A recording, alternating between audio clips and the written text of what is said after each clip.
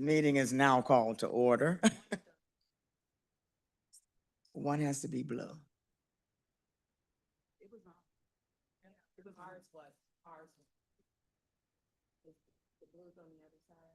Okay, there we go. There we Left go. blue. Thanks, Left blue, we gonna Mr. remember Dem. that. We're Yes, gonna remember. yes, left blue. Good morning, everybody. It is now 9:08. The meeting is called to order. Ms. Shea, can we have a roll call to establish a quorum, please? Here. Mr. Williams. Here. Dr. Coleman. Present. Ms. Fitzworth. Here. Ms. Morreale. Ms. Lane. Here. Now we need a motion to approve the agenda. It's been approved by Ms. Morreale and second by Mr. Williams to approve the agenda. Any discussion? Roll call vote, please. Roll call, please, Ms. Shea. All in favor? This is the open meeting. All in favor? Thank you. Now, are there any board announcements from any members of the board? No board announcements. Now we need a motion we have one item for action on the agenda.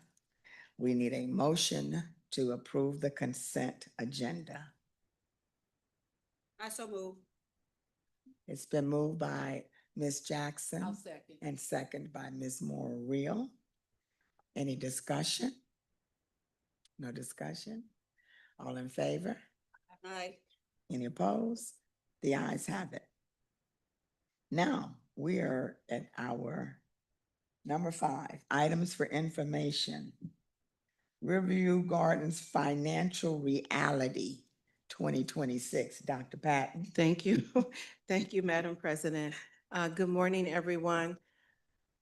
As we've been sharing since 2024, since the start of 2024, if you will recall, we recognize that we had a $23 million projected deficit.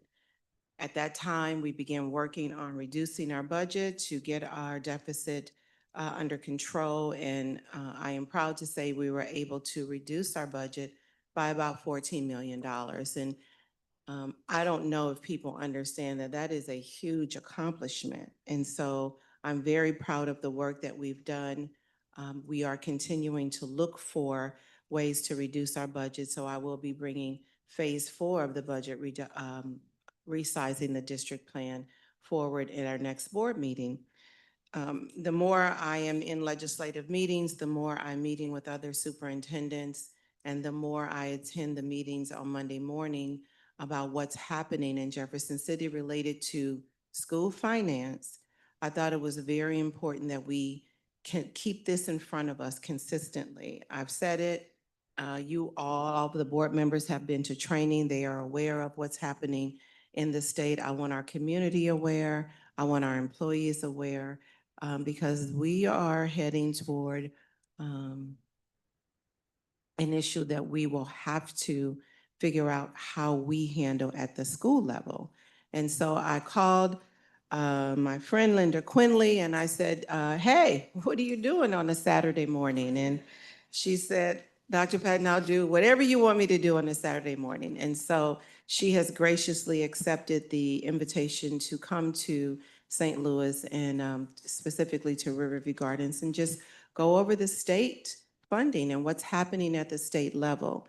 And so I'm going to introduce Ms. Linda Quinley. She is from MSBA and she has graciously accepted the invitation to just give some background and ask really some tough questions about what our plans are and where we're heading. So I will give the floor to you, Ms. Quinley, and give you an opportunity to introduce yourself, and then you can begin. Thank you. Absolutely. It is my pleasure. And when Dr. Patton calls me, I always take the call and I always look forward to the conversation because I know you guys are doing such good work and she's such a great leader. And I love working with you guys and her. And it's so nice to be back. It's always a good sign when I get invited back because I know I'm a bummer all the time. So I appreciate that you all welcome me back. I also appreciate that in your recent elections, things got shaken up. We have a gentleman on the board. And so that is something new and great as well. So I do appreciate you letting me come this morning. Dr. Pat and I were talking on the phone as we were driving because guess what? We both had experienced interstate highway construction challenges. I got to Columbia this morning and they were taking down a bridge and all of a sudden things slow down to 20 miles an hour and you have to get off to get back on and it's a mess out there. But we are, it has been said that education has been crying wolf and crying wolf about funding and complaining about needing funding. And as Dr. Patton indicated, we are coming into the most stressful times when it comes to funding education in the state of Missouri, probably nationally, but we're going to worry about the state of Missouri and specifically Riverview Gardens today. It's never been like what you're going to see in the coming years. And you guys have come out of some really challenging, I know you still have a lot of work to do to completely right-size your budget and to get to where you are on level ground. Just know that no one else is helping you in that work right now. It is this leadership team alone that is going to take that on because the state is not here to help and the federal government is not here to help. So it's you guys and it's you guys locally for the most part. So we are going to walk through some slides. As always, I encourage you to stop me and ask questions, which you all are normally great about doing, and I appreciate that very much and happy to help. And Stephanie's got some information up, so she's going to help as we go as well. And I know she's got things working for that June 30th budget deadline, which is looming, right? When you're in the CFO seat, you're like, oh, was there a spring? I guess there was, because now it's the 4th of July. Yeah. All right.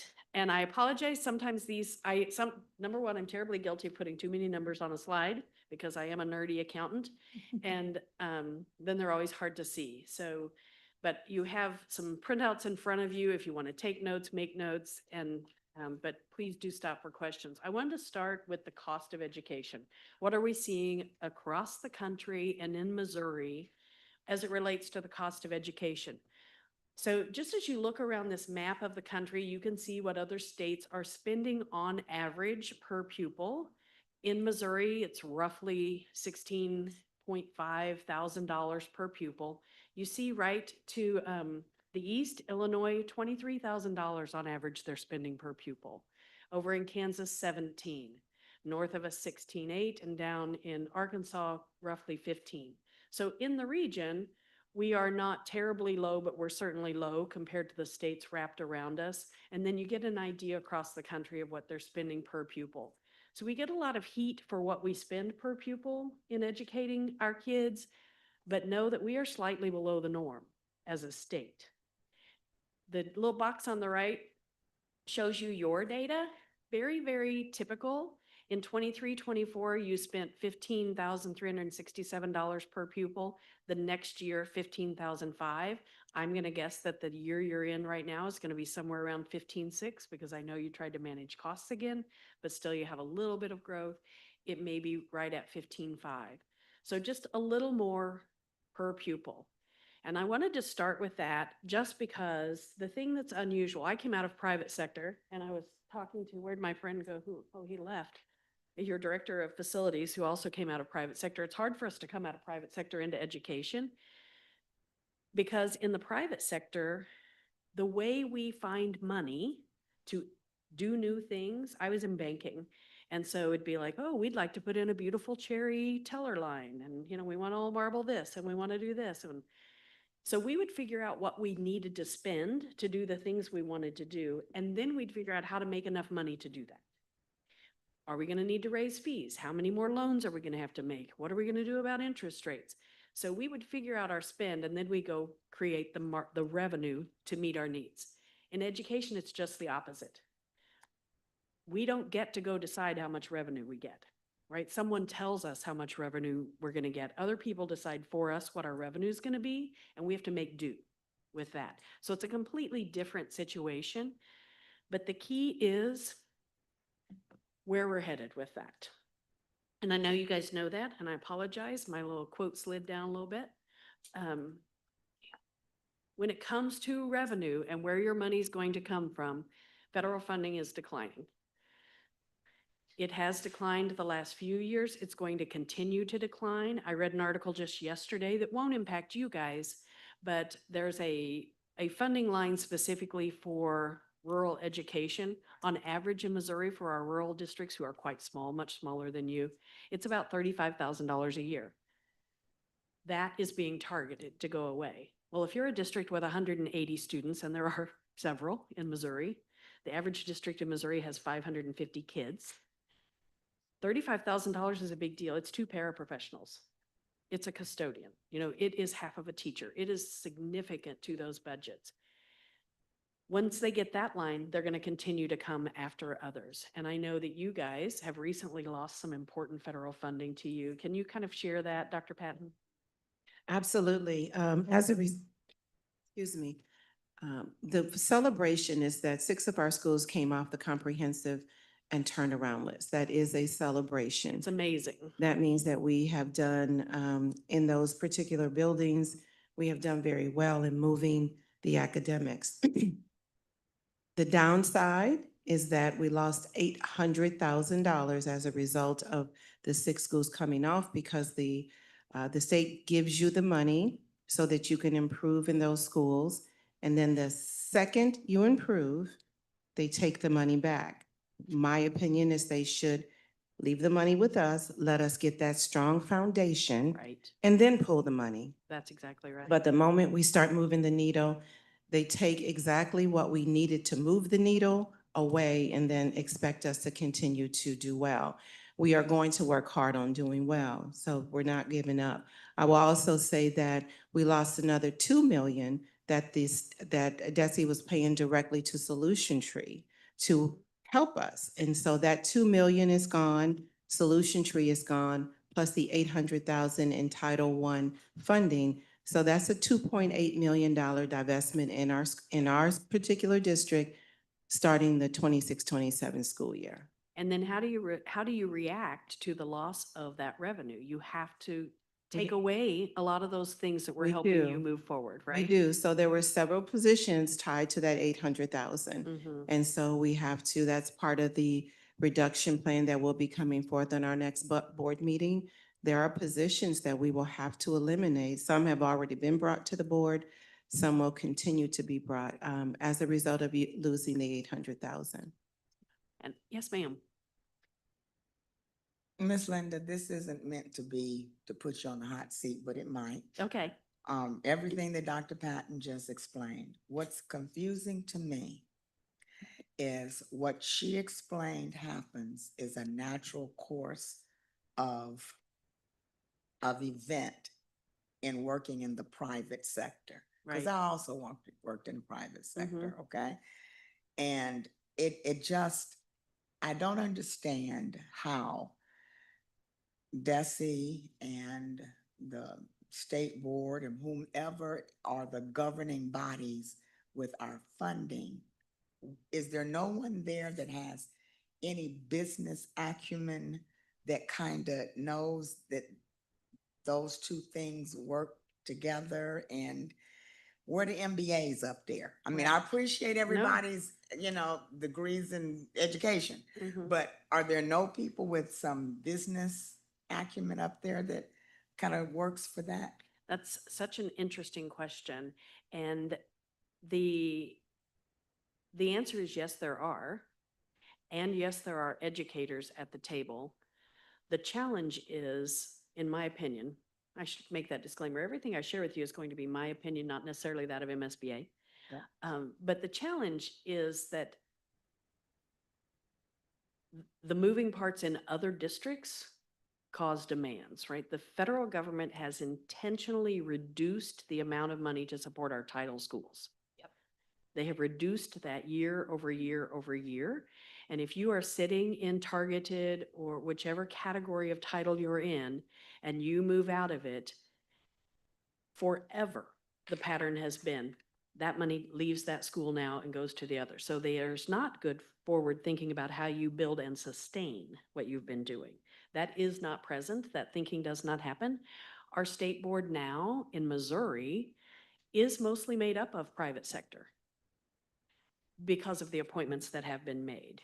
So what they've lost at the table is the balance of educational thinking and educational leaders who can help them understand, but if you do this, this will be the implication. We've lost that balance on our state board. And I believe that in the next few months, we will see the, are we live? No. Okay. Okay. Okay. No. I do think that we will see changes in the makeup of the state board that will drive it to even more private sector, less educational expertise, and even private sector people who are largely in favor of private education. And so those are the things that drive the role you have to be so important. We have to continue to advocate, and you guys have you have great legislators who fight for you in Jefferson City. You do. Somehow we have to get to the rest of them with an understanding of story of the decisions they're making and the impact it has. Your question's perfect. The answer is we're not using expertise and collectively balancing it, either at the federal level or the state level right now. Linda was very gracious. I'm not as gracious because they're coming for us, and I'm going to be very blunt. The makeup of the board is largely becoming very focused on charter. And there is a direct target on this region. And when I say this region, I'm talking Hazelwood, Ferg, Flora, Riverview, Jennings, SLPS, and Normandy. There is a direct target on this area, and I know that factually. And so there is a benefit, right, to keeping Riverview Gardens from hitting full accreditation, because if you do, then a charter school can open. If we get to full accreditation the following year, great. But once one opens, they can continue to open regardless to our accreditation status. So that's why it's so important that we get there in January, like we have projected, so that we can hit full accreditation and we actually prevent the charter school from opening. So I'm just going to put it out there, because if we keep it quiet and if we don't talk about it, then people get to move in ways that is undetected. So I'm just putting it out. We are going to keep pushing. We are going to keep fighting. As a matter of fact, Stephanie, turn around for a second so they can see your shirt. Hurry up, hurry up, hurry up. Look at the back. What does it say? We will not quit. So we will not quit. We will keep pushing. But thank you for saying it as graciously as you can, but as the superintendent of this district, I have a responsibility to fight for it, and I will do that. So You do. thank you. So I have one question, you said, Dr. I had my Patton. hand up. Oh, I'm sorry. That's okay. I'm sorry. I'm thinking this is an AB conversation. You do not need to see your way out, Ms. Maria. Go ahead.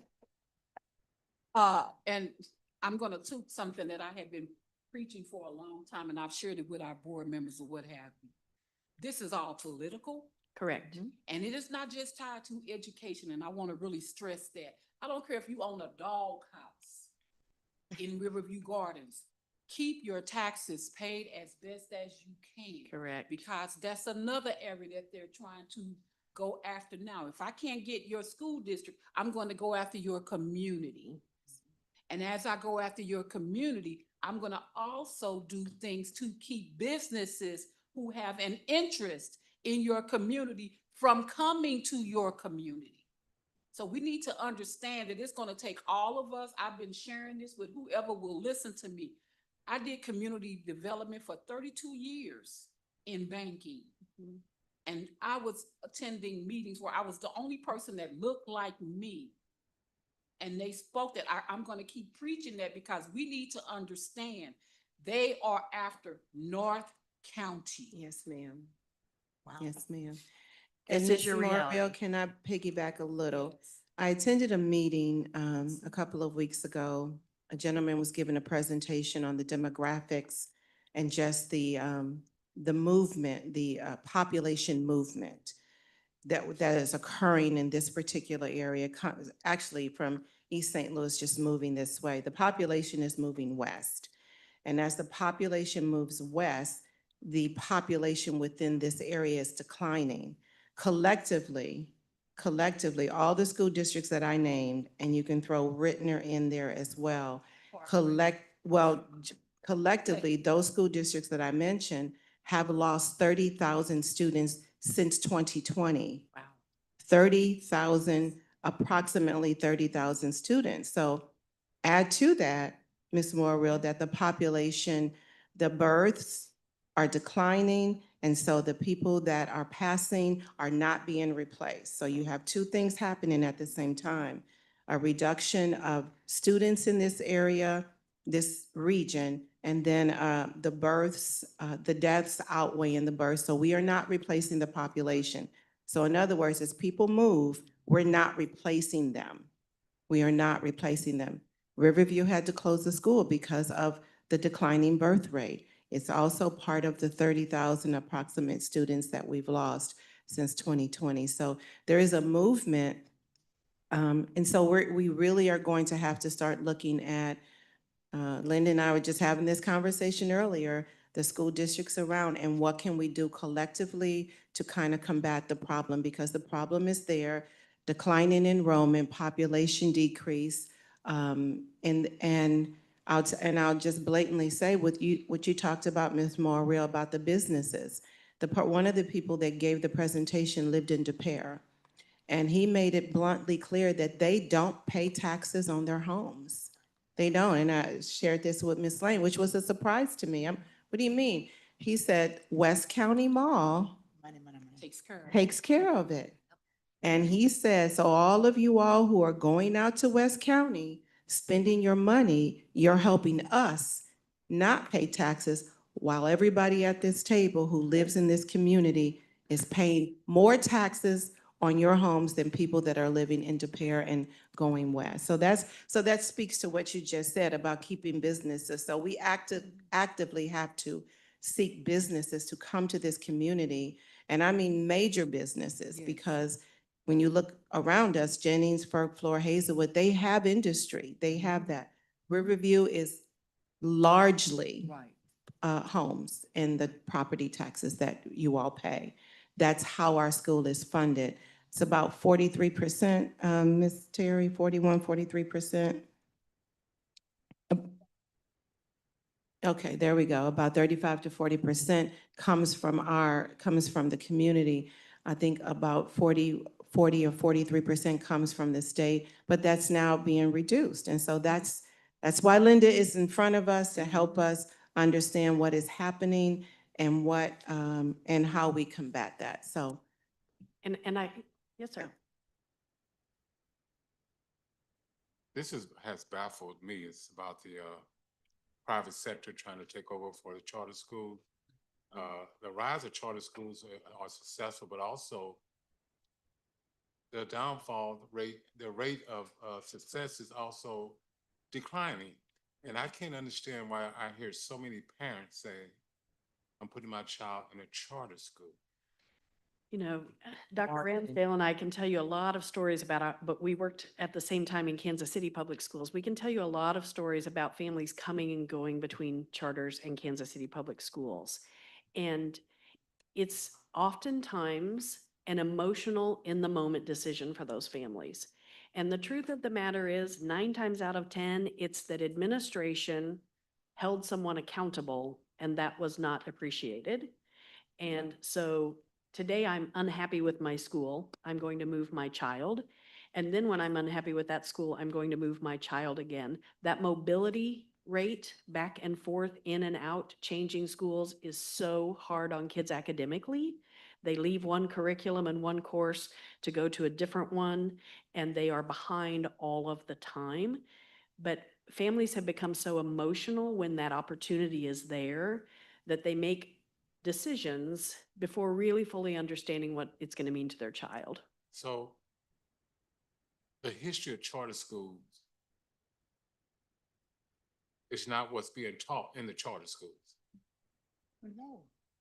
No, it's not. And parents lack of knowledge on that is the downfall of the child's education. Absolutely. This is something I've been working on, and I don't know how to phrase it yet, but can a publication come out that identifies or gives a history of charter schools and its success rate and the foundation of how it was built? Can I publicize that? Yes, there is a lot of that data on our website. If you go to the MSBA website, Janet Tilley, I think you guys are very familiar with Mr. Ben Tilley. His wife works for us at MSBA. Ben and I work together at Columbia Public Schools. She has done a lot of research on this topic, and there's a lot of great data on our website that you can access and make available to others. At the fall conference, where I know I will get to see some of you again, I will be doing a presentation on the cost of choice, which was my study I started when I was at KCPS. And I've now included the St. Louis Charter and SLPS in that. And it very quickly shows you what children don't get access to when you take the same number of children and divide them up among many more buildings. The choices that have to be made in a school system, frankly, they may be some of the choices you have to make to right-size your budget. In Kansas City, one of the things that happened when I got there, we did not have fine arts at the elementary level in most of our schools. Children didn't see a musical instrument until high school, and not all of the high schools did they have access to that. And those were choices the district had to make in order to be sustainable and make sure they could teach reading and math and the things that kids have to have. So there are hard choices that come. We're going to talk about that a lot more this fall. I'm actually going to I'm going to come to and present in St. Charles County, because you know they're coming after them for charters. So this fall I'll be in St. Charles County doing a workshop on that as well. We are happy to share all the data we have with you so that you can help us tell that story. And while Miss Lane and I attended state board meeting maybe 2 or 3 weeks ago at Forest Park Community College, while we were there, a charter school did a presentation wanting to open. There was no academic component to it when asked about it. And they did ask her about it. She said something, and I'm paraphrasing, we will take care of that in 3 years. And she said, well, wait a minute. So you're going to have the students for 3 years when you can begin the foundational process, making sure academics are strong. And the young lady who was doing the presentation said, well, we're working on it and we'll get there. They did not have an academic component. They did not have a location, and they did not have funding. And I learned in that meeting, and I'm not sure that everybody knows this, charter schools cannot be turned down. It's in the statute that you have to approve I them. know that. You have to approve them. They've purposely written it in the statute where you can't reject them as long as they followed the process, completed the application, got it in on time, and all of that. They have to be approved, and 83% of charter schools fail. And that's why, because there is no, it was an interesting comparison, because in that same meeting, SLPS did their presentation, and they had to focus on academics and financial, right? And then the charter school had none of that. So the public schools are being held to a higher standard. I'm not saying we shouldn't be. What I am saying is that the charter schools should be held to the same standard. They pull our students out, many of them fail, and then those students come back to us, grade levels behind, and we've got to get them caught up now. So I'm not against parents having choices. What I am Absolutely. saying is that whatever choice is made should be held to the same standard as a public school, period. So how do we make that legally correct? How do we make that legal? What she just said.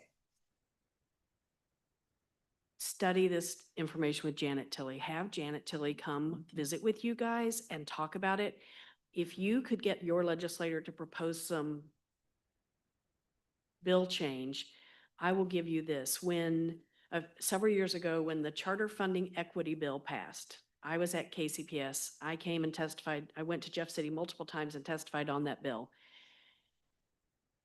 Again, parents are parents. if parents want to choose to do something with their child, I support that 100% as well. It was my job to make the best decisions for my children that I thought at the time, whether I was fully informed, fully aware, whatever, it was still that should be my right, right? The problem is when equity funding passed and charter schools now get every dollar of local revenue per pupil that the traditional LEA does, the traditional public school, and the same dollars of state aid. We're getting the same funding now. That's what that bill was all about. Not a single rule changed. That's not true. A couple of rules changed around charter schools. They do have to now have a board. Their board's not elected, but they do have to live in the state of Missouri now. Oh, gee. At that point in time, they could live anywhere in the country or outside of it. They are not elected and they aren't necessarily from your local community. So they have a different interest in that school when they come in. Because you guys are here because you love your community so much and you care about what happens in your community. We have, and I'm happy to share this document. Dr. Patton, if I forget to send you this, send me a reminder because I'm terrible about forgetting to do things. We have a list that is about 3 pages of the different expectation standards and accountability things that public schools have, traditional public schools, that the charter schools do not. When equity funding came to place and they were getting the same dollar per pupil, why do they not have 100% the same rules we do? If we could change that alone, the trajectory would change around charter schools, I promise you. They don't have accreditation statuses.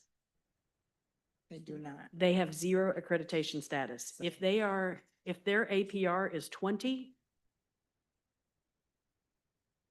nothing. And I guess that's the part I know we're just having conversation. Right. But from a business point of view, I cannot wrap my brain around that part. I really can't. Regarding the comment from Mr. Williams as to why parents, and we all agree, we all should have choice. Right, But I look at, it's marketing, right. because Mhm. charter sounds like it's superior. Sounds a little bit elite, doesn't it? It does. Mhm. And to say my child is in HR, it's like, instead of me saying that this costs $3.99 instead of $4, it costs $4, Mhm. okay? But no, it's $3.99. So you hear, it's marketing. That is the retail method, It's right? marketing. And so the charter is marketed as superior. But all of everything that you're presenting, you say you have this 3-page, why is that information not presented to the State Board of Education, the governor, whomever? Because I just see some legal inequities there Mhm. that we should be able to protest. That is such a great question. I do see you over here, but I want to answer that real quickly. We pushed that when we testified on the equity bill. And our legislators, I was told by everybody when I went in the room, you can ask, that is not going to happen. It is our state legislators who are making those decisions. And that's where we have to do the work. Okay. Ms. Morrow. Okay, so I'm gonna say 3 things. First of all, it is marketing, Wanda, and they canvass our neighborhoods. I don't know if you knew that. No, I They didn't. canvass our neighborhoods, so it is marketing.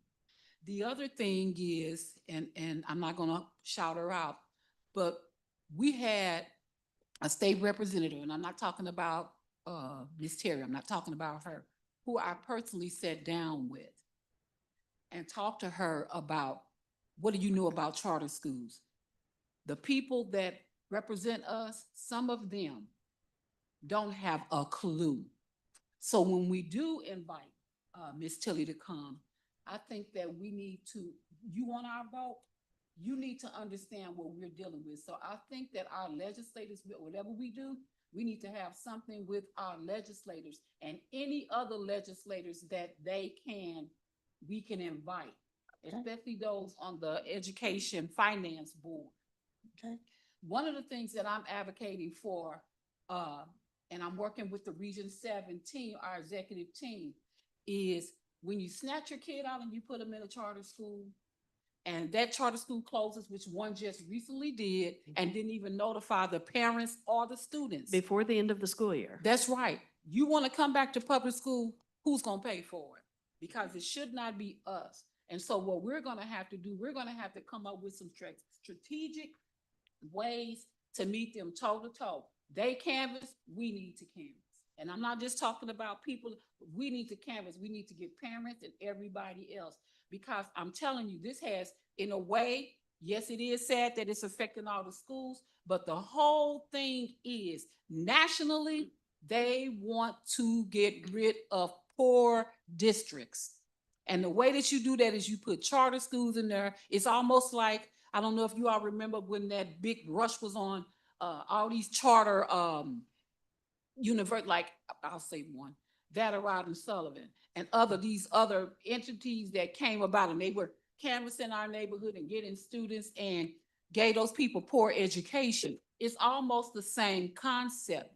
Charter schools are not schools, they are businesses. They are businesses, their boards are business people.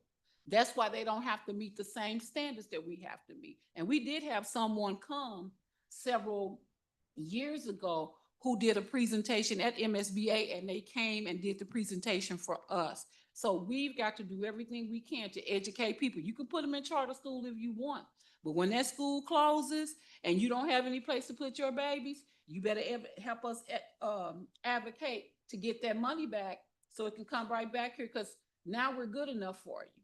I'm gonna get off my. So can Mr. Williams, Ms. Morrill, can the two of you all kind of talk to try to get this, whatever we need to formulate to present our case? Well, I Can- think, Can you spearhead that? campaigning, when you run for the office, the campaigning, we're generating information, you're sending out mailings. Mm, That's the same type of information that should be sent out in reference to charter school. Okay, so can you and Ms. Morrill have a conversation to try to come up with a plan on what our next step could be? No, I'm just kidding. I knew he had shaken things up. All right, I'm going to Thank- keep us moving because Thank I have a lot of slides. Yeah. I'm not going to talk through this whole thing, Yeah. but I want you to think about the impact of every decision that's happening in Jefferson City. While it may not immediately impact you, it will eventually. And I brought some handouts I left in my bag. Mhm. Years ago in the eighties, there's a, article that one of my assignments for, the kids to get them to read was every Monday morning, you had to bring me in a, article from the newspaper. You had to revise it in your own words. Well, one young man brought in an article that stated, you want to hide something from a black person, put it in the book. Very interesting article. Well, I took that information, I made copies of it. And since I was working in South St. Louis, it disseminated throughout South St. Louis. And a lot of Caucasian residents got upset about that article. I was called to the superintendent office to discuss it. And eventually he agreed with me. This is public information and our people needed to know about this information. So when we disseminate information in reference to charter school, it's gonna be the truth. And our people need to know, and that's their ignorance is what's holding them back. They only see the surface. That's right. So I know that Senate Bill 190, which is a senior tax credit, which I completely understand. I have an 85-year-old mother who lives on unlimited income, right?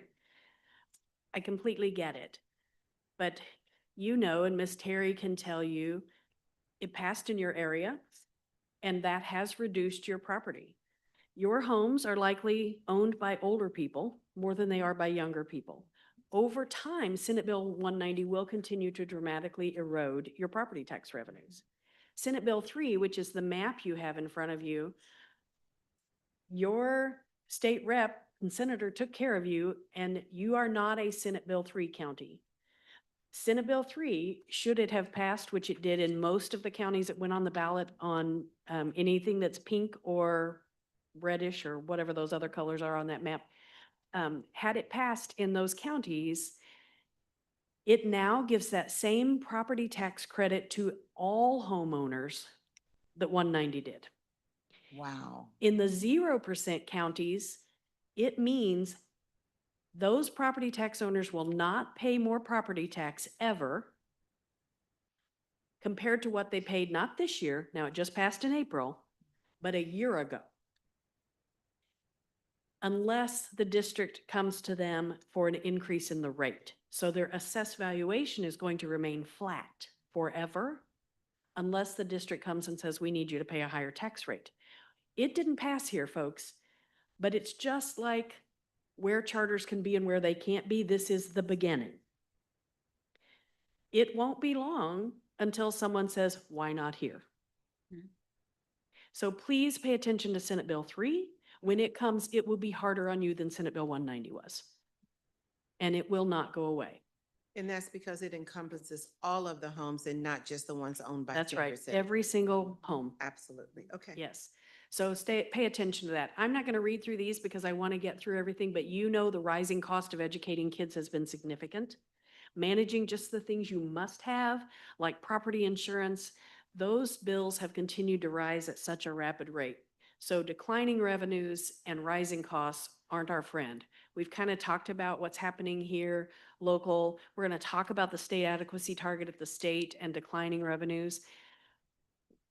And federal, we've really mentioned those as well, declining annually, and then they're threatening to either withhold or completely eliminate programs. So you have to be worried about revenues. The more and more when I work on district budgets and I help them figure out how to be long-term sustainable, I find that they don't necessarily have an expense problem as much as they have a revenue problem. And who controls your revenue? Not you. And the only thing you can do is deal with the expenditures and how and what you have, which means you do less and less for kids every single day. And you change the way school looks every single year so that you can continue to be here as a viable school district.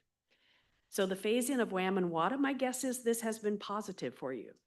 WAM means weighted average membership or who's actually enrolled. And WADA is that membership count times their attendance rate. So a district with a low attendance rate was advantaged when they made the decision to add the membership count to that metric that they use to determine how many kids you get paid for at the state. It's a phase in, as you can see there, we're going into year 2 next year where it'll be 20% based on your total student count and 80% based on the attendance of those students. It'll get to 50-50, which will increase the student count that you get paid for. The problem is they didn't make the pie any bigger. So if the pie is the same size and you just you divide it up by more children, what is the net impact? So some of these things look good, but they may not in reality turn out to be good for us. So just something for you to know and pay attention to as you go through. Lots of numbers on here because I'm terrible about that. But the SAT, that state adequacy target, that is the amount the state says, is needed for you to educate a regular ed, not your special education or your ELL learners, but a regular ed student. For this year's budget, the year we're finishing right now, the state said it should be $7,145. Right now, they're paying us $6,900 even and a few pennies per pupil. So we're $245 under this year. You guys know that number. They've appropriated for next year the same amount of money. With extreme caution. That May memo from DESE, share that with them. Send that to your board. The May memo from DESE was the first time in my 25 years of being in public education that I ever saw a caution memo come out about spending the money they say they're going to give us. The first time I've ever seen that kind of memo.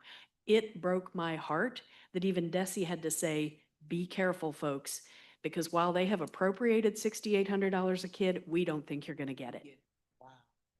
I've never seen that come from DESE. And let me add to that, when Linda talked about them telling us we would get $71.45 per student, we built a budget around that amount of money. And you should have been able to. And they snatched $1 million Right. because they lowered it. And so we were not intending to have $1 million less this year. Right. But when they adjusted it to fit their new figure, it was $1 million. So I just wanted to, that also affects our budget. So this is why I wanted you here, because we need our community to understand what's happening. So Right. go ahead, Linda. I'm Yes. So next year, the appropriation is $6,900. You should be able to budget for that, but Desi said don't. Desi said somewhere between 6,800 and 6,850 is probably what it will end up being. So that number is continuing to decline per pupil. The Classroom Trust Fund, which is the gaming revenue that comes in, you see that historical decline. We got up to 605 and 24-25. They told us it'd be 576 this year because they knew it was declining. We're going to talk about that more in a bit. Then they said somewhere between $505 and $579. This year, we don't know yet, but it's nowhere near $579 at this point. We only have one payment to go. And next year, dropping it to $532. Prop C, which is our 1 cent sales tax specifically for education in the state of Missouri, got all the way up to 1514 and 2425.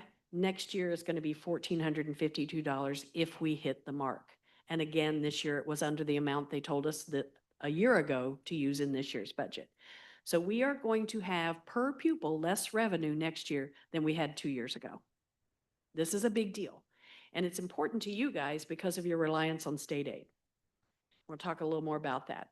So that lottery, cigarette, and gaming revenue is $138 million short this year of what a year ago they said it would be for this year's budget. Do you believe that? I'm sorry? Do you believe that? Do I believe it's that much short? I do. And it's because of that last little whatever that shape is. Sports betting, Amendment 2 passed in 2024. And sports betting, I don't know if any of you all go to the riverboat. My mother does. And I believe, I don't because they all smoke in there and I can't stand it. But I mean, I would, but they all smoke in there.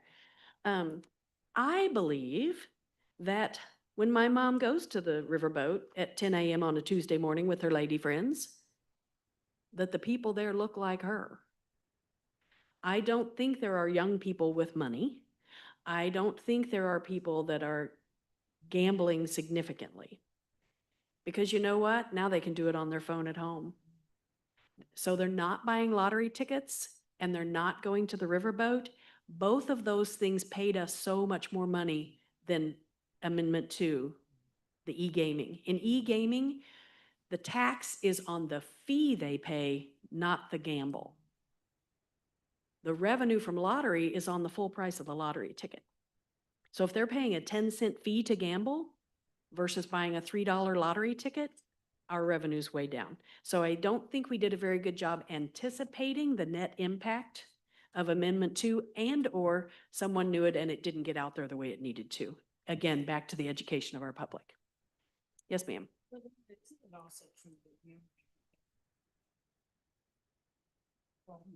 Isn't it also true that whenever we do get money from the gambling casinos and all of that, Turn the button on red. that the state in turn takes that amount of money from us? So for instance, if the casinos paid $25 million, which they don't, that's really inflated. The state turns around and takes that same 25 million out to keep us in the same budget area that we're in. So we really never experience any growth from that because they take it back. So we always stay the same. So to your point, when we look at that state adequacy target, the classroom trust and or gaming money is part of the state adequacy target. So they're not going to ever pay us more than $71.45 or $6,900 because that's what was appropriated. If gaming comes in at $550, then that does reduce the amount that net comes from general revenue for the state. And we're going to look at that in a minute too. Yep, you're absolutely right. So this little sheet that you also have in front of you, I'm playing around with this. You probably got it recently in a weekly from MSBA, but I'm still working on it to make it as perfected as I can get it. I wanted to talk to you about this because how the legislators got to funding what they did for public ed in Missouri next year was wild. And albeit short, we are grateful that we got what we did, I suppose. Those multiple lines that you see on this sheet are how we get funded in the state of Missouri. And I want to talk to you about it because it's so important we understand it. It's a lot and it's complicated. But that very first line, general revenue, I think that says 5 billion-ish. 55% of the revenue we get for the formula comes from general revenue in the state of Missouri. What drives general revenue for the most part in the state of Missouri? Income tax. What would they like to eliminate in the state of Missouri? Income tax. And replace that with a sales tax. Again, I'm a nerdy accountant. I would like to see the study. I would like to see the data and the study that tells us how sales tax will come in and replace income tax at a level that's equal. In the state of Missouri, the Constitution says 25% of general revenue goes to public schools. I was at a board meeting to present a scholarship this spring, and by happenstance, their legislator was there on spring break. And I was leaving right after I presented the scholarship, and they introduced and said, "This is our representative." So I sat down in the back row. I'm like, "Oh, I think I'll wait. I'll listen to this." And he reminded them that should income tax be eliminated, we shouldn't be afraid of it in public ed. And we're hearing this. We're hearing them say that public ed is spewing how bad it will be for education, but it won't. And the assurance that I heard in that room that evening was, don't worry, public ed will continue to get 25% of the general revenue because the Constitution calls for it. My worry is, what if general revenue is less? You're still meeting the obligation in the Constitution, but 25% of less is less, right? I mean, you know, that's a fact, right? And so I'm very worried about that top line. That is the top line that is the weakest from an assurance perspective that will come in. And it's the largest line that comes in to support us. So we have to pay close attention to that. You can look at those other lines going down through there. The three gray lines at the bottom, the Capital Commission Preservation Fund, the Blind Pension Fund. Let's talk about those before we get to the last one.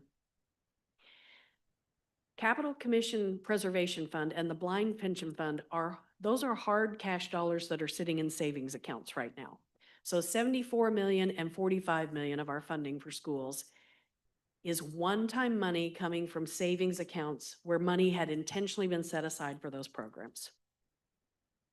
But they said, you know what, just to get as close to 6,900 as we can, we're going to one time use that money in the formula this next year.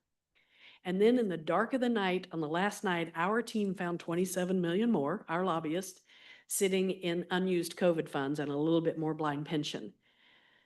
So that came in.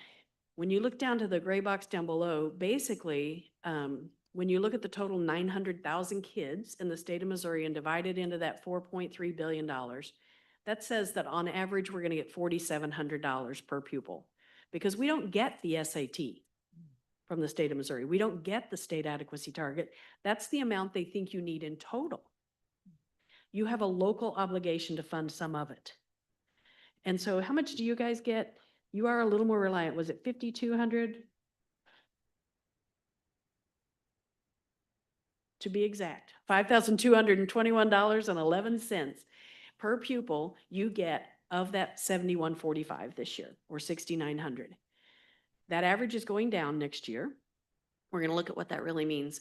But what I really want you to focus on is while our amount per pupil is going down next year, it is balanced with one-time money. That one-time money will be gone the year after. That's $160 per pupil you're going to get this coming year that you know you will not get next year because it's a savings account that's being spent. It doesn't regrow overnight. Mine doesn't anyway. When I spend my savings account, it's gone, right? We are headed in the worst possible times. So you'll see in that box on the right, underfunding of the state adequacy target. This year, $245 per pupil. Next year, somewhere in the $295 per pupil range. 27, 28, we have to anticipate will be at least $455 short per pupil. And that's state aid. And if you multiply that times your 5,221 kids, $500 is a lot of money you're not going to have. It is huge. So funding education in general, across the country, you look at this chart, Missouri, that gray bar is local revenue. How do we support our schools? The green is state revenue and the blue is federal revenue. So in the US, you can see the green bar, which is state funding, is the largest. In Missouri, the largest bar is that gray bar, local funding. The bar, I don't know what color that bar is. Oh, it's a different green. It looks gray up here. It's a different green. Okay. So that darker green that's local funding. So see how much more in the state of Missouri we rely on local funding than most schools, most states. Most states fund their schools higher level from state revenue. In the state of Missouri, it is an expectation that you fund your schools locally. The formula is written to force you to fund the lion's share from local taxes. At the same time, they come after them with Senate Bill 3 and Senate Bill 190 and other tax capping bills that have been discussed in recent years. We are 49th in the nation in the amount of support we get from the state for funding our public schools. So if that's going to continue to be the case, and we know it is because we just saw we're losing $500 per pupil in 2 years, we have got to protect local revenue and in fact lean into it probably heavier than we ever have. Those are the conversations you're going to be having as boards in coming years. This is almost impossible to read, but what I want you to, we can see that little tiny, I have a pointer, don't I? Let me point up here because no, I can't point on that. Next to bottom on the right hand is Riverview Gardens. You see that little arrow pointing at Riverview Gardens? Yeah. This is how you are funded compared to other districts, the largest districts in the state of Missouri. And so again, the dark is local, the bright green is state, and the blue is federal. You are highly reliant on state and federal. Which two lines have we talked about being less reliable going forward? State and federal. Your local reliance is going to change. It's going to be forced to change because the state and federal is going to decline. You're not going to have a say in it. I'm showing you now some data that I got out of Balance HQ, which is a tool I helped stand up that does budgeting and comparison and projecting for districts. I love it. I want Stephanie to have it. And there's a lot of data here, and I apologize for that, but I just grabbed districts around you so that you can see. This is your local revenue peer comparison. That black line at the very bottom of the chart is Riverview Gardens. Your neighbors get a lot more local revenue than you do. Like around the 20, a little bit more? Yes. When you look at the numbers at the very bottom, if you look at the bottom row, Riverview Gardens gets 36.7% of their revenue locally. Hazelwood 66, Brentwood 96, Clayton 96, Jennings 38, Maplewood, Richmond Heights 59, 45 for Normandy, 45 for Rittner, 55 for U City, Special District 63, St. Louis City 78. You have the lowest local revenue share compared to your neighbors. This is just data that's available publicly. State revenue, you're the highest at 36%. Reliance on state revenue, loss of state revenue is going to impact this district first, foremost, and hardest to your neighbors when you compare to your neighbors. Property taxes, the biggest piece. I know I'm always a bummer, aren't I, Ms. Wang? I'm always a bummer, and I know that, but facts are facts, and we have to talk about them. Just the facts. And so property tax revenue is the biggest driver of your local revenue always. It's the most critical thing, and it is a hard conversation. No one likes writing their property tax bill. I get it. But how do you get good services? How do you keep schools in your community? You pay your property taxes, just like Ms. Moreau Reel said, pay your property taxes. Pay your sales tax when you buy that car. It's a pet peeve of mine. License plates are past time. That sales tax money would come to us. We need you to pay that. But property tax revenue, if you look in the box on top, local property taxes, the state Missouri average is, when you look at the operating budget, 38% typically of your operating budget. In Riverview Gardens, your property taxes only cover 20% of your operating budget because you're more reliant on state and federal aid. When I drive in to Riverview Gardens, you do a nice job taking care of your facilities. It looks nice, but getting here, I drive by those vacant commercial properties, and it breaks my heart because I know they are not paying much in the way of property taxes because they pay based on rent. If no one's renting them, their property taxes are very low. It's one of the components of their value is their rents. So your reliance, your local revenue from property taxes is nominal compared to your neighbors. They will survive this storm that's coming better than you will. Yes, ma'am. Ms. Linda, I'd like to share just a little bit for your information. Mm-hmm. Bell Fountain Neighbors, which is the largest municipality that makes up Riverview Gardens, Mm-hmm. was founded as a bedroom community. I didn't know what that term meant Yeah. until A someone bedroom explained it. community. A Oh, bedroom bedroom, okay. community. So back in the mid-50s, when it was founded, 1950, it was the intention that the residents would go everywhere else for everything they Everything else. needed. Mm-hmm. You know, the shopping, Just sleep here. everything. And when you come to Bell Fountain Neighbors, we're here. It's our little community. We come here to sleep and rest. And no one who doesn't live here really should be in Bell Fountain because we don't have any businesses here. So you live here, okay? Now, it was founded like that. Right. Of course, it's difficult to project. Did these people know that this is what this was setting up Mm-hmm. to be? Right, right. And we have Riverview, well, now it's the city slash village of Riverview.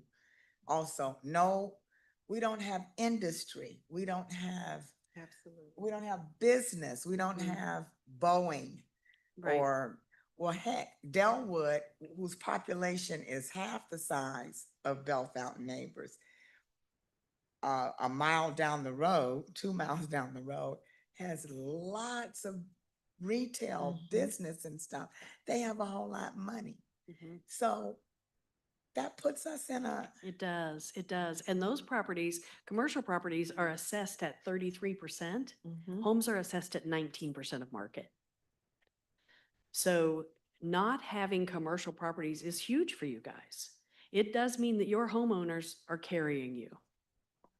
That's exactly what it means. Homeowners and personal property taxes is what's carrying you. This chart down below shows exactly what you just shared. You can see your assessed valuation and it's your again. That very bottom dark line is special district. But the next one up is you. And you can see you've basically had a flat line of AV. Other districts saw growth in assessed valuation in recent years. They did not. And even if they didn't see growth, your neighbors have a lot more assessed valuation than you do.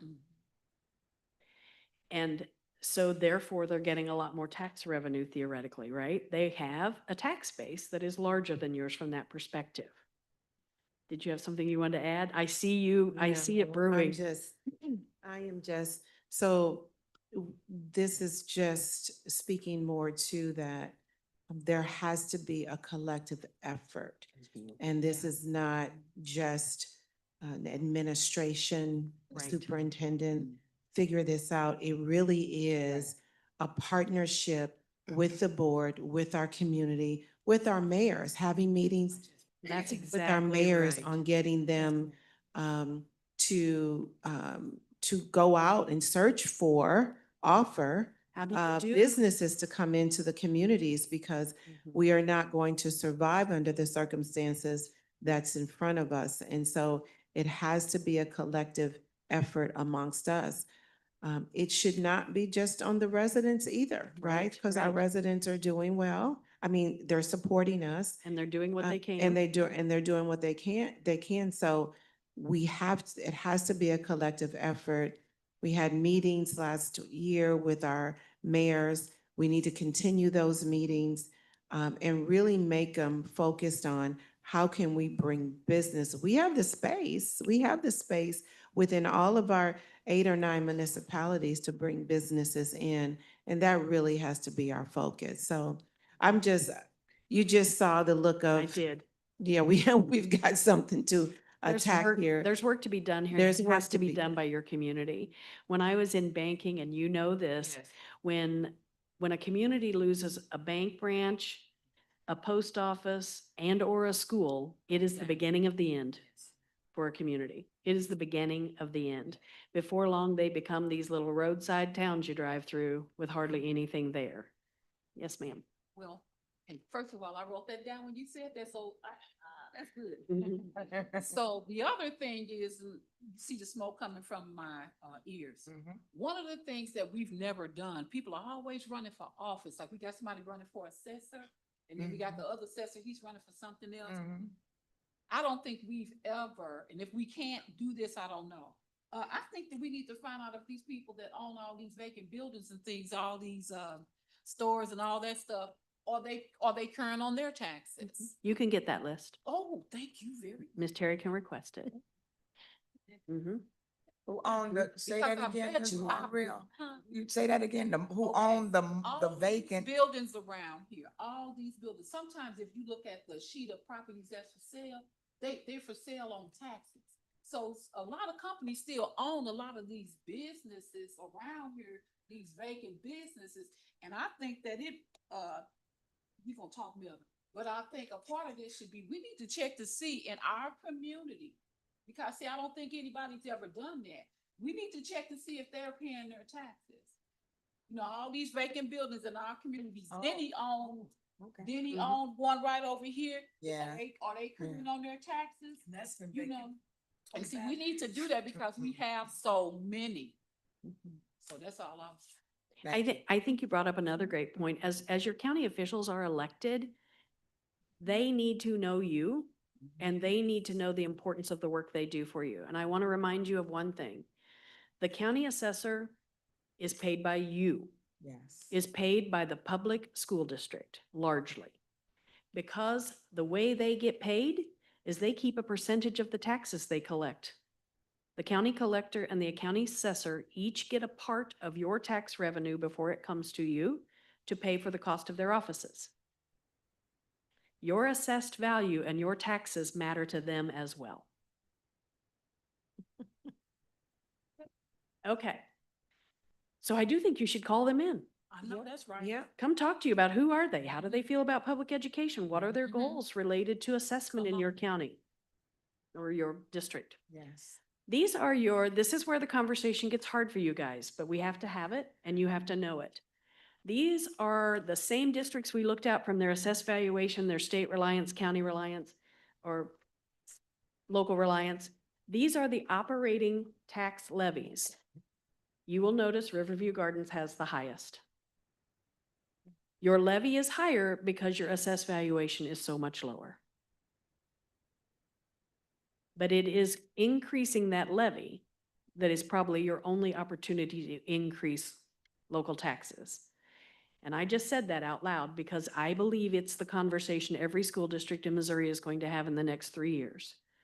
When the state funding tanks and we are more reliant on our local revenue, districts who have not gone to their public in a very long time, or even those who have, will be having to have this very difficult conversation of, are we going to have to ask our voters to pay more in the way of a levy in order to meet our needs day in and day out?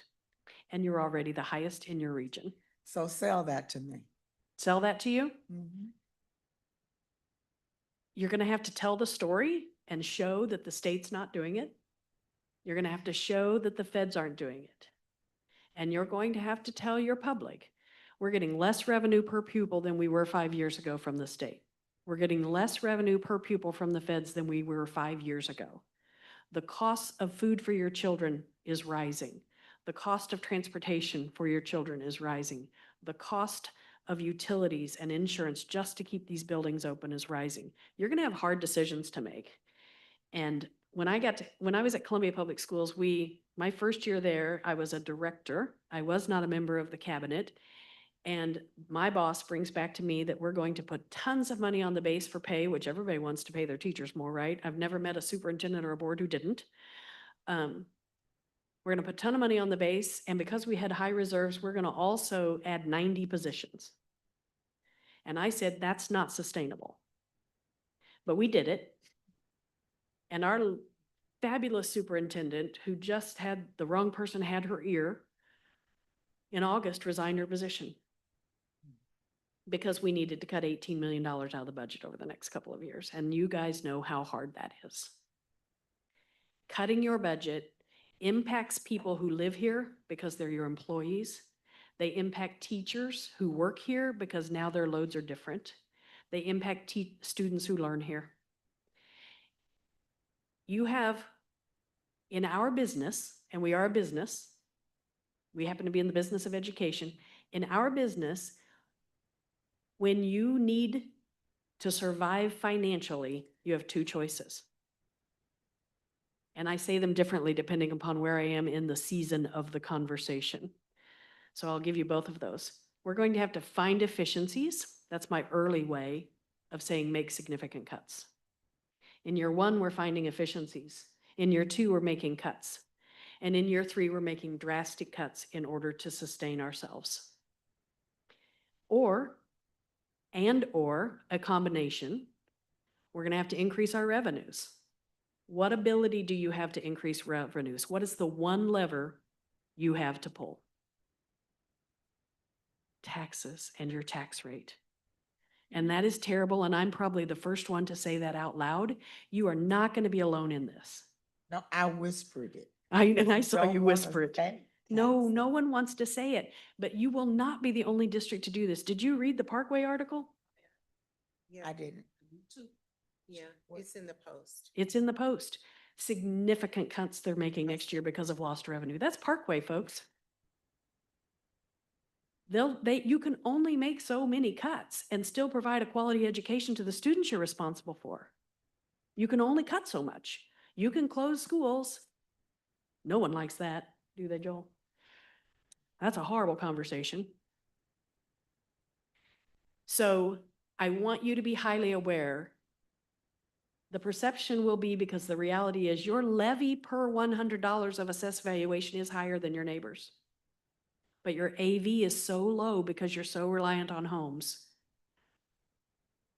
I wanted to ask this question of. Ms. Morrill, pull your Oh, microphone okay, down. I'm sorry. so they- So I want to ask this question because I've been doing some research and the village of Glasgow, I walked back Glasgow.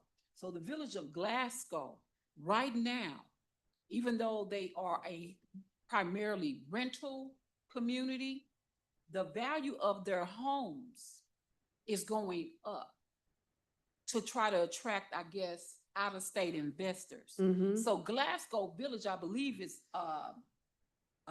governed by our St. Louis County. county council. So is, and there's like an argument going on with the village of Riverview right now. They were saying that they're a city, but technically there's an argument going around saying that they too technically are not a city. And then we have a high percentage of unincorporated properties in our community that are increasing in value. Mhm. So who do we go after to find out who owns these properties, or not necessarily own them, but why is the property value going up? If there's no, you don't see any I saw road work being done over there. But why is the property value being going up on all these houses, these so-called quote unquote empty houses? It's another form I know of gentrification, but at the same time, the property values are going up. And I was like, what?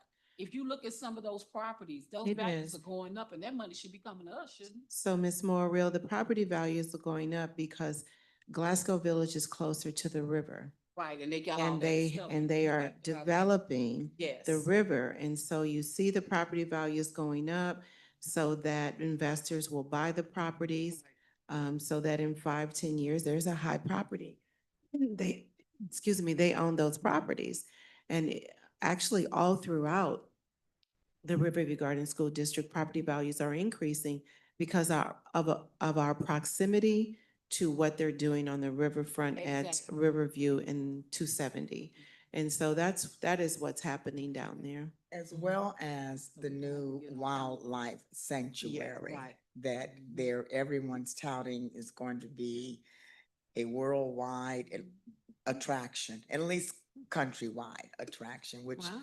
attributes to all the construction and all of that stuff that's been going on the roads. That's what they're saying. Yeah. I don't know, but that's what they're saying. And That's another thing, Ms. Linda. We have all these unincorporated municipalities that belong to St. Louis County.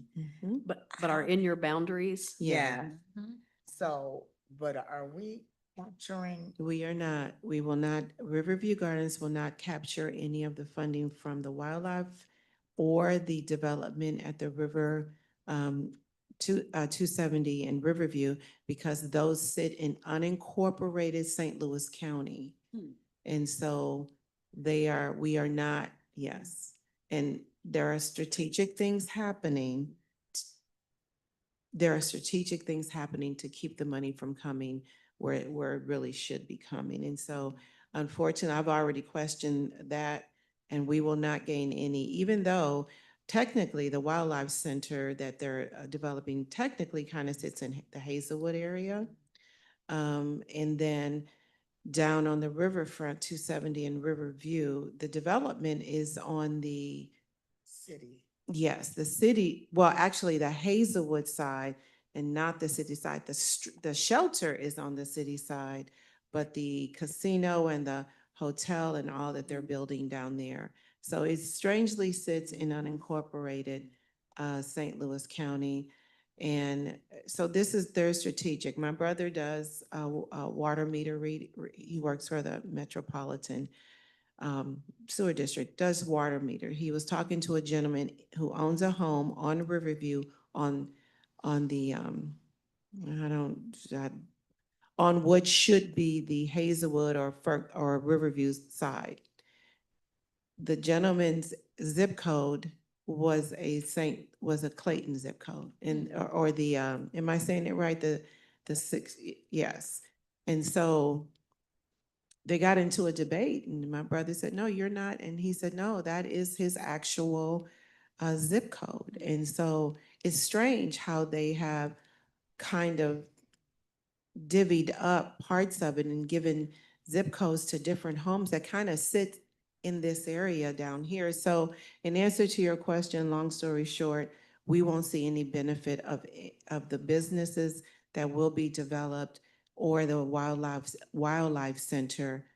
But that is why the property tax, that's why that's why the homes are increasing in value. Even the vacant homes that you previously could get for a lower price, those are even increasing. Like, by Um, 40,000. Yes, ma'am. Wow. Yes, ma'am. So, Yeah.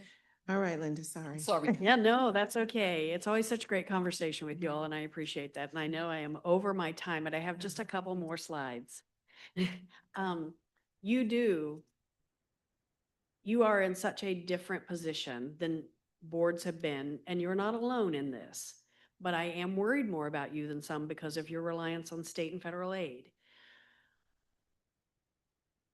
You have to be engaged at the table in economic development in your community. You have to be engaged at the table in decisions around zoning in your community. Yes. And asking for seats at those tables where some member of this board can represent the school board and be in the conversations, I think is huge. If you've not been invited to that table, and when I was at Columbia Public Schools and they started talking about our first TIF, I said, ooh, one of us has to be at that. Either myself or the superintendent or a board member has got to be a part of that because we need to make sure they understand the decisions they make, how they impact the public schools. You guys, it's a different time. You can't just be concerned about the school district. You have to be concerned about your community as a whole at a much different level now because you're going to need the revenues that your community produces. All right, a couple more pieces of data because I think there are some celebrations and victories in this. Again, this is coming out of this Balance HQ tool. Riverview Gardens is the dark line on top. And that top graph is the percentage of your budget that is spent on instruction. Be proud of this, folks. Be proud of this. And let me go tell you what it's 31% of your budget spent on instruction. And you can see below that what your peers are spending as a percentage of their total budget. You're putting money into kids at a different level than your neighbors. And I'm not talking poorly about them. I'm just saying kudos to you. This is what's happening. The next line, you're also incredibly high in at 50% of your budget, your operating budget, is going to student support, those extra things you do for kids because of how they show up every day and the needs they have, your spending there is high compared to your neighbors. That may be specifically because your needs differ, or it may be because you've focused on those needs differently. But you need to celebrate what's happening inside your walls, and it's evident. I see your graduation rate. I see that change. Congratulations. We are growing across the. You yes. are not quitting, and you are moving and changing things for your community. You should be proud. The one that I wanted your director of facilities to be here so that he could say, what? But He's then, back. oh, He's back. She there looks you are, you hard. snuck in. The percentage of your budget that is spent on non-instruction, you are, let me get it up here where I can get to the numbers because I've got it live and make sure I'm looking at the right one. So that very bottom dark line is special district. The other dark line is you guys. You are pretty low, really, really low, at only 18% of your budget being spent on non-instruction. That is amazing. It has been a challenge to keep that number low because of the rising cost of utilities, because of the rising cost of property and liability insurance. I know Dr. Patton can talk to you all day long about that. Because of the rising cost of operating schools, we have seen this percentage of budget spent on non-instruction grow in many cases to be higher than what we're spending on instruction. That is not what's happening here. You guys do have a lot to celebrate. On the flip side, that next chart, you are the bottom line, and that's your salaries. You know that your average teacher salary is less than your neighbors for the most part. You've made progress and you've made work on it, but it is hard to do when you need to make budget reductions. Mhm. So your challenge to attract and retain high quality educators, as long as you need the same number of them that you have today, is going to be difficult as you try to keep these other things up and lose funding. And you definitely cannot read this. But this will be one of my sessions at Fall Conference. I'm going to talk to you about, we have so many areas that are critical services for kids that are challenging us operationally. This whole chart is all about my 5-year study on the crisis in child nutrition services and the cost of feeding children. Our revenues are not keeping up with our costs in this regard at all. And the line that you cannot see where that little star is down on the bottom right quadrant.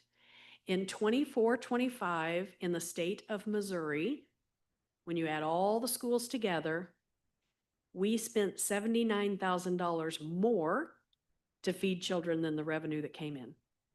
Wow. $79 million more. We lost $79 million feeding kids in Missouri. If you go back to the very first column, which is 1920, we lost 9 million. Last year, we lost $79 million. I think this year it's going to be closer to 85 to 90 million we're going to lose in the state of Missouri. The rising cost of food compared to our ability to get the revenues that sustain that are silent sleepers inside our operating budgets, and they're sucking away our ability to put money into instruction, learning, and teaching. There's these kinds of critical services that have crept up slowly over time and gone unnoticed. So this is a passion project of mine this year. I want to make sure we know it, and I want to make sure we figure out how to reduce that $80 million we're losing to 40 million, because we're going to need it back in our classrooms across Missouri.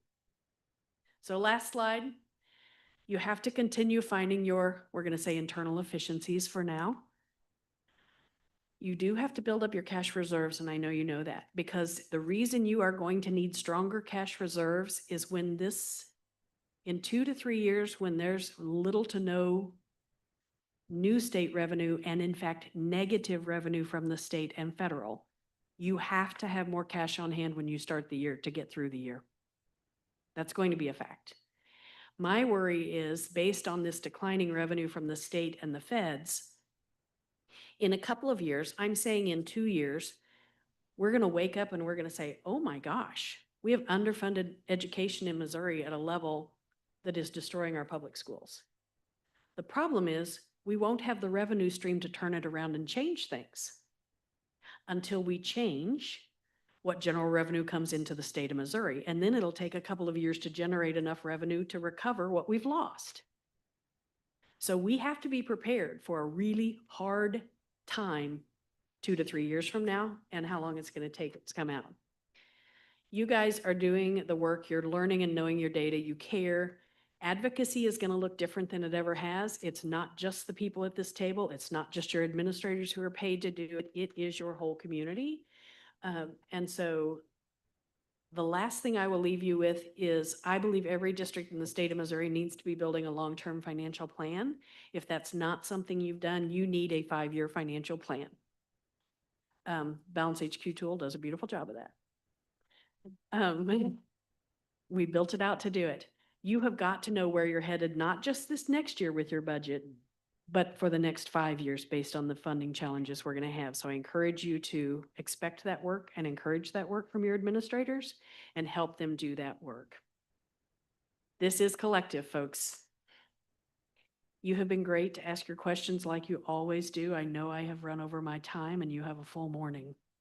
Nope, you have been, you have provided the information, Linda, that we need to know, that we need to understand, and that we need to prepare ourselves for. So I appreciate you coming down and taking my invitation Yes. and your willingness to just present what is happening at the state level and how that's going to affect us. So thank you so much. Absolutely. My pleasure. I'll see you. Will I see some of you at Summer Summit? Yes. Okay. You'll see, I think all of us are Oh, coming. great. Amazing. Well, please come to my session. Right. Thank you, thank you, Yes, thank I you. had one last question. So can I ask you one last? Absolutely. Okay, so one of the questions that I wanted to ask, and just for clarity, if you don't know, that's fine. Okay. But because Section 8 money comes from federal government, is there, I believe so. okay, comes from federal government.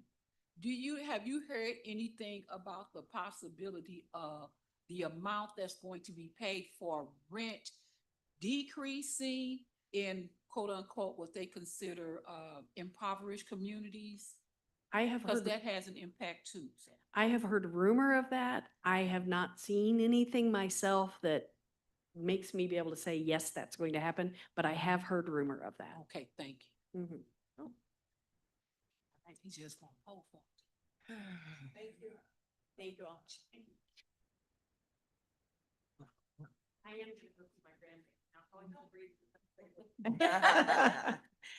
grandbaby. Does your grandbaby live here? They live right next to Fox Park. Oh, good. Okay, well, good. Well, enjoy family time. Thank you. Of course she is. Of course she is. Thank you, Linda. So board members and staff, community, this is being recorded. We will send this out.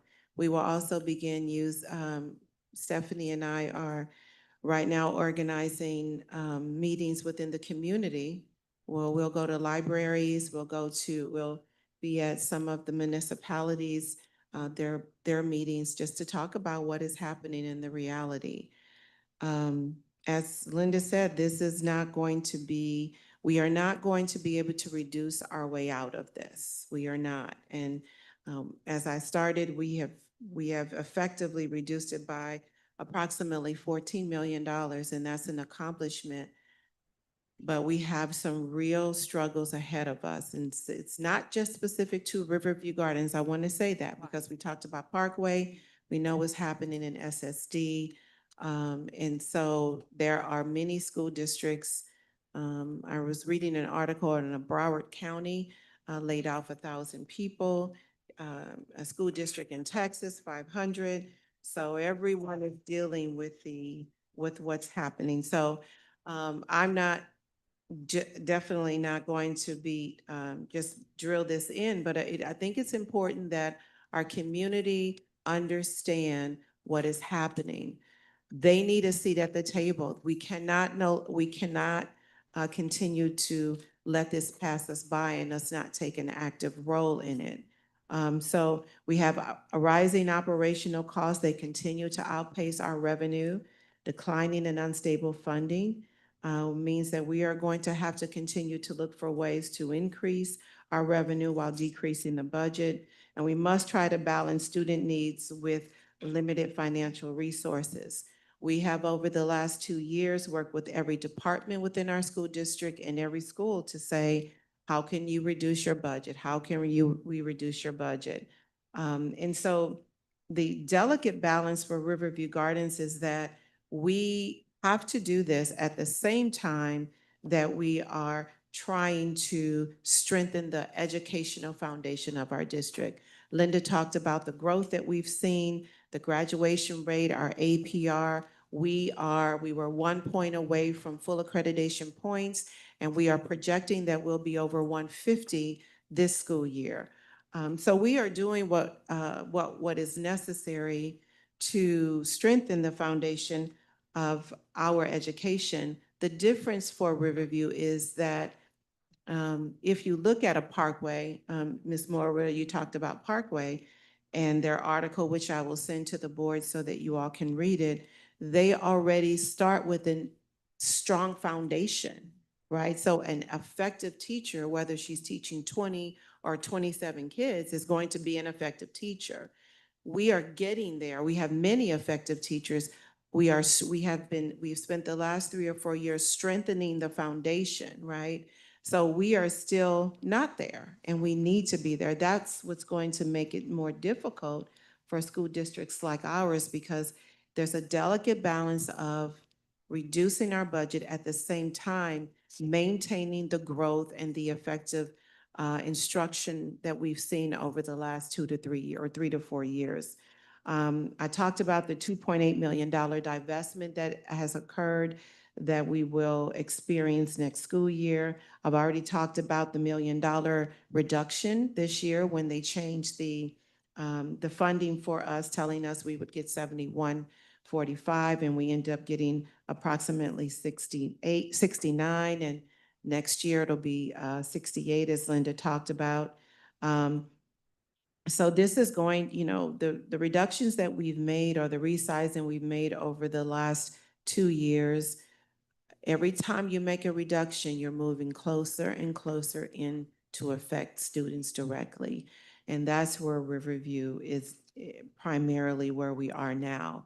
$23 million deficit down to 9 million, immediate action. I want to thank the board too for supporting the right sizing plans that have been brought forward. It was very important that we had your support and your understanding, and that you knew that these were difficult decisions, but they were necessary decisions if we are going to remain solvent. So our goal is to stabilize, not panic, but there is a real urgency.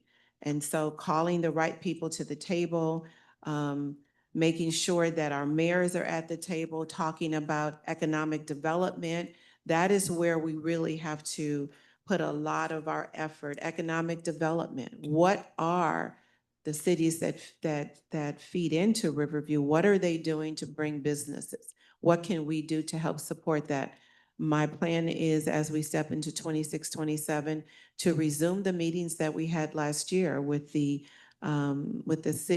city, the municipalities, and really saying to them, what can we do as a group to work together? We have the space within our district for businesses. What can we do to make sure that we are seeing those businesses come in, and not, you can move in and then 10 years later you can start paying your taxes to us. We need those immediately. So we will continue to review our staffing structures and operational costs. We have to look at doing more with less in a more efficient manner. We are evaluating the underused programming and facilities that we have. We've reduced non-essential spending, reorganization of resources, and district-wide cost containment is what we are looking at. What we're spending has to be critical to our operations. It must be critical to our operations. There can be no fluff in our spending. At the same time, we have to keep in mind keeping our staff that's here motivated. How do we keep them motivated? And so We are also, Ms. Terry and I are also looking at some tax recoupment opportunities that Riverview Gardens may possibly have. And I've also contacted the state DESI recently just about looking at the foundation formula. It seems that the decrease in the foundation formula has affected Riverview Gardens in ways that it hasn't affected other school districts. So we have to make sure that all of the core data and the information that we've been providing has been accurate. And then we need to confirm with DESI that their calculations are right, because it seems to have affected Riverview in ways that it hasn't affected in terms of declining revenue. We cannot continue to operate under current financial conditions. You know, policy DIAA tells us that we must maintain a 15% fund balance. You know, if we reach the 3%, DESI steps in, and once DESI steps in, what happens? So we want to make sure that we maintain it ourselves.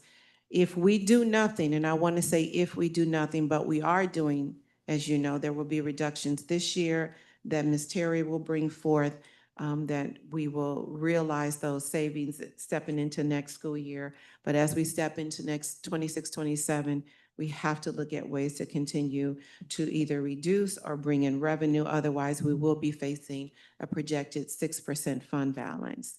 We may have to look at the tax anticipation notes that we talked about a few months ago, just because of the timing on when we receive our taxes, to make sure that we can meet our financial obligations October, November, and December. So we'll talk more about that in the coming months. And then, you know, employee and board cooperation will be critical, as there is nothing we can do but make these difficult decisions. As Linda said, the only control we have is the only funding we can bring in is tied to the levies.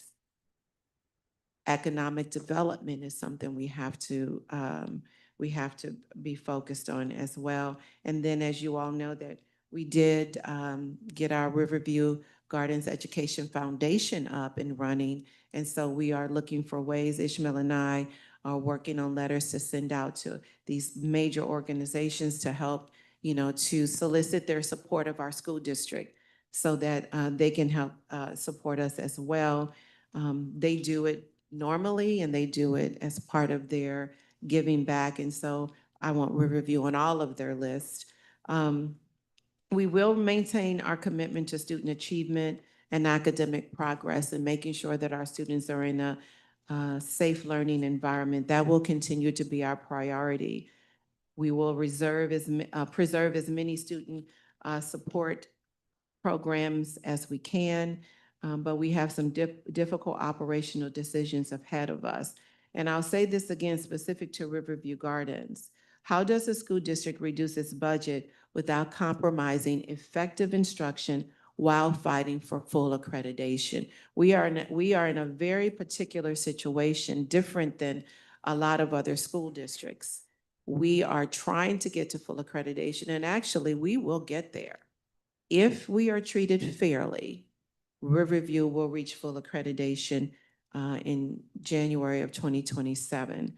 But we have a very delicate balance on continuing to reduce, look for revenue, and maintain instruction so that we get there. We have overcome significant challenges over the last 2 years.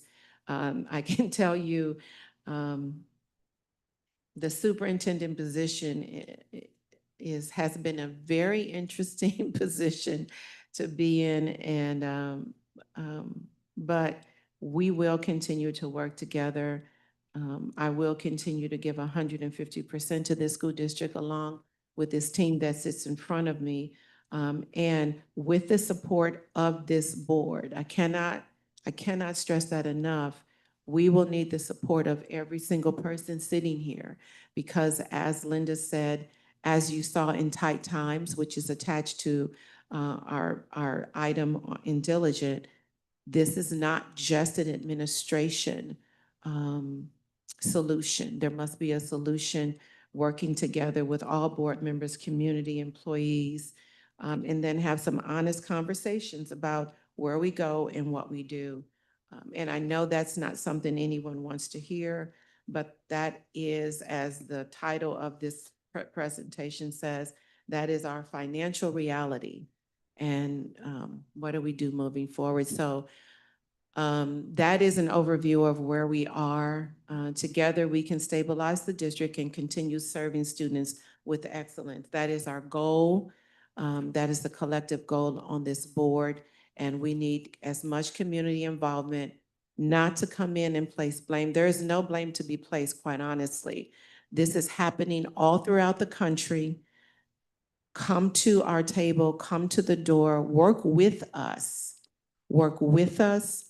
Let's do this together in order to serve the community and the students of Riverview Garden School District. So that concludes our presentation today. I will take any questions, comments, anything anyone has at this time. I've been busy over here, so.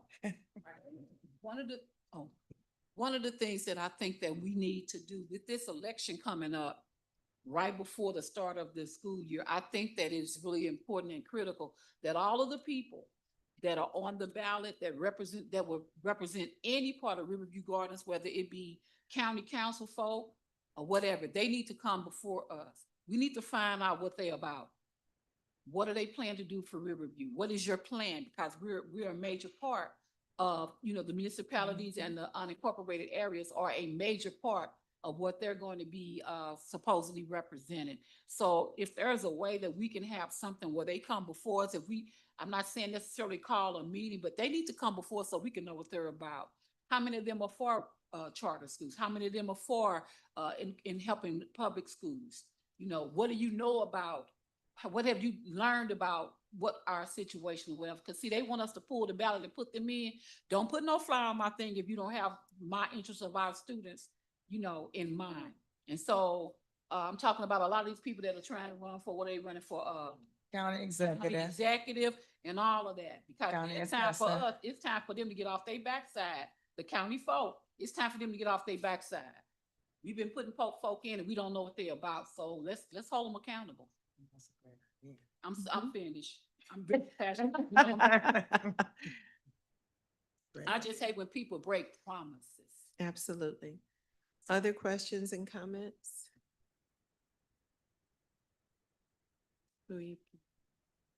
Yes.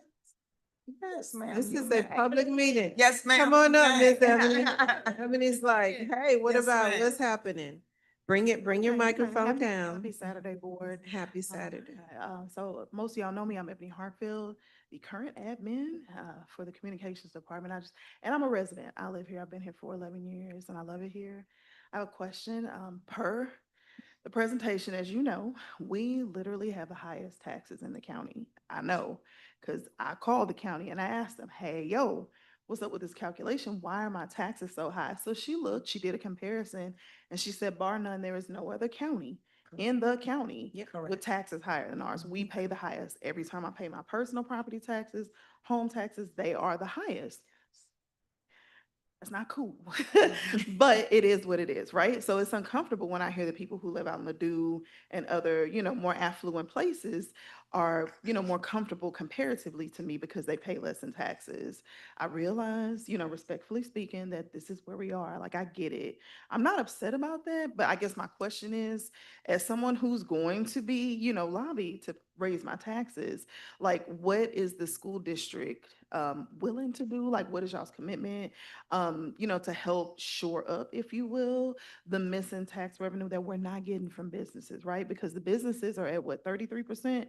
And she said we're at 19% as Right. as a homeowner. Mhm. So I just want to know, because, if I got to chip in, Mhm. what are we going to do, collectively to bring more business to the region, especially in Bellefontaine, just because that is the largest portion, of our district. So that's the only question that I have. Thank you. for Well, taking the Ms. question. Hartsfield, I'll be official since you're not technically at work, but here's what I'll say to Yes, that. ma'am. That is part of the economic development and what I just talked about in terms of bringing, calling meetings of our mayors and our municipalities and really looking for economic development. So starting a task force, which you can be on, Ms. Hartsfield, that really helps us seek out businesses that we can bring. What I will say is that we can't solely just ask our mayors to do it, right? We have to work with them to do it, and we have to be willing to bring our community in and say, will you join this? Can you help us seek out? Can we research businesses that are looking for, maybe new places to move or expansions, and bring it to our community? The businesses pay 33%, the residents pay 19%. The reason why the surrounding areas pay less in taxes is because they have more businesses. That is just the bottom line. I don't know if you were here earlier when I told you the gentleman from De Pere told me that he didn't pay any taxes because West County Mall took care of all of that. And so if we can actively work together to bring businesses, then the responsibility wouldn't be solely on our residents. And so our residents have a stake, Ms. Hartfield, in being a part of this. Yes, ma'am. Coming out of your homes, understanding that if you can help us bring businesses here, then the burden is less on you as as one of the residents. So join us, if you will, and thank you for asking the question and being willing to stand up and say what needs to be said and ask questions. Thank you. Absolutely. Before she leaves. Yes, ma'am.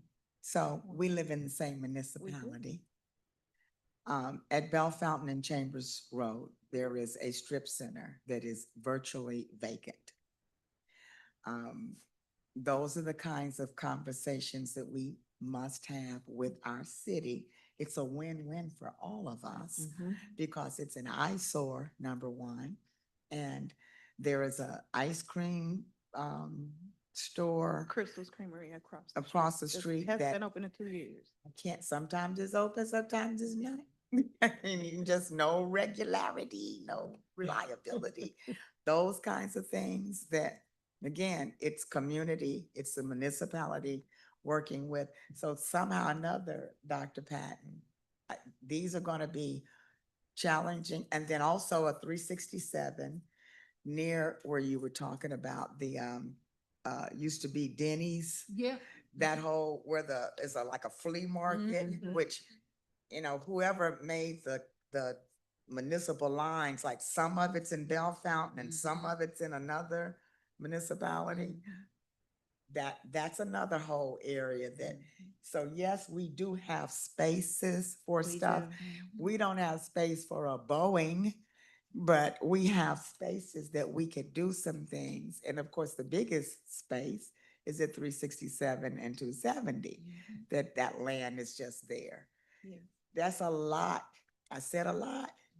It's easy to say, but those that we have to start, us, the citizens, have to start demanding that we pay more attention to the vacancies in our little area. We still can produce revenue, and that's gonna help us. So if you will, kind of let's work together with that, with the city hall to try to get that done. Absolutely, be my pleasure. Yes, You look ma'am. like the perfect chairperson, Ms. Hartsfield. Agree, she would be. Yes, ma'am.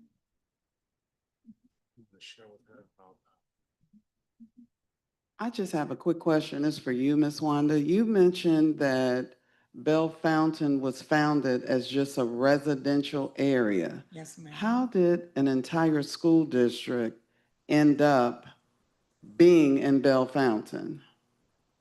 And if that's the case, how are the taxes, did the tax thing change because of that? I mean, if it's supposed to be residential, you put a school districts and schools around it, how did the money change? Am I making sense when I say that? I'm trying to figure out what you mean, because, there used to be a lot more schools Uh-huh. in the Bell Fountain area. There were Catholic dioceses. Right. The whole community was different than it has evolved or devolved into right now. But to answer the question, how the district ended up being, In a place that And- was for residential, yeah. I And I don't wonder if know. that's why we pay, why the taxes are so high. And the Not that down- I'm complaining about it, I'm just, I hear you. But also the downside of that is part of Bell Fountain neighbors, even though it is geographically in Bell Fountain, part of our municipality is actually a part of of Hazelwood School District. and Dalewood as well? And I don't know about Delwood, but Hazelwood. First floor, oh, that's where we bump up again, okay. Mm. But the businesses that would generate funds to our district, like, the Quick Trip, the gas station at Bell Fountain, the BP, Mhm, the Aldi's, mhm. all of those, it's Right. geographically Bell Fountain, but it's an imaginary line.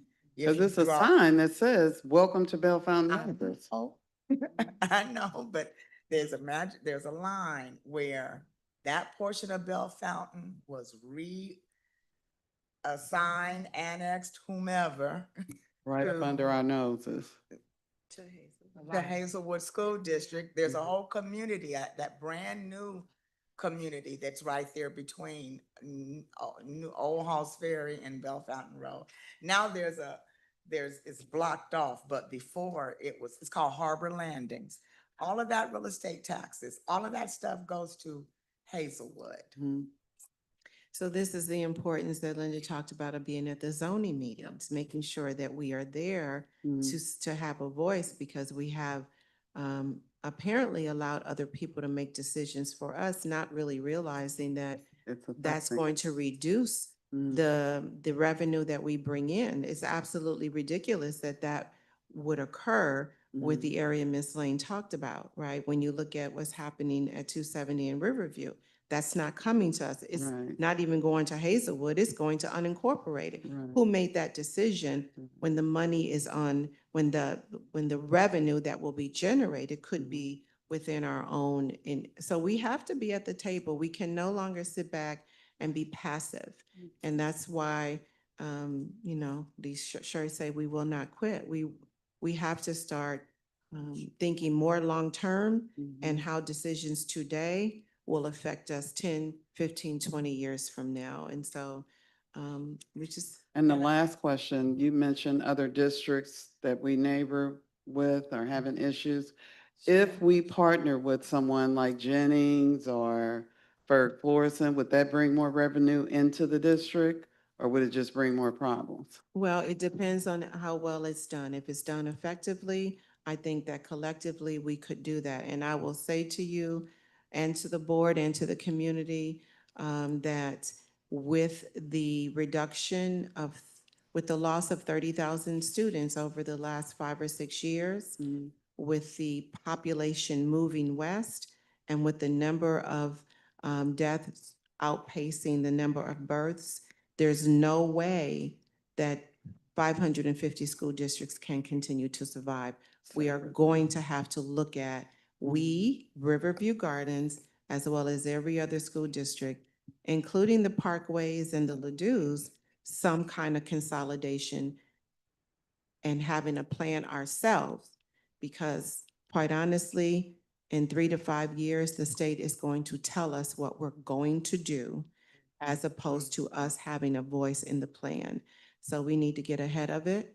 It is going to occur. We're not going to escape it. When you look at what's happening financially and you couple that with the reduction in our population, the reduction in births over deaths or deaths over births, there's no way we could survive. And so the hard conversation, board members, as well as our community, and this is a conversation that every superintendent will be having. What about consolidation?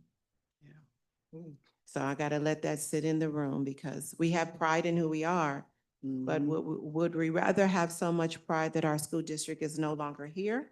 Or would we rather be partnered and be with some? Be partnered and have Instead of- control of it. Mhm. We control that, not having the state. We see what happens when the state tells us what to do, right?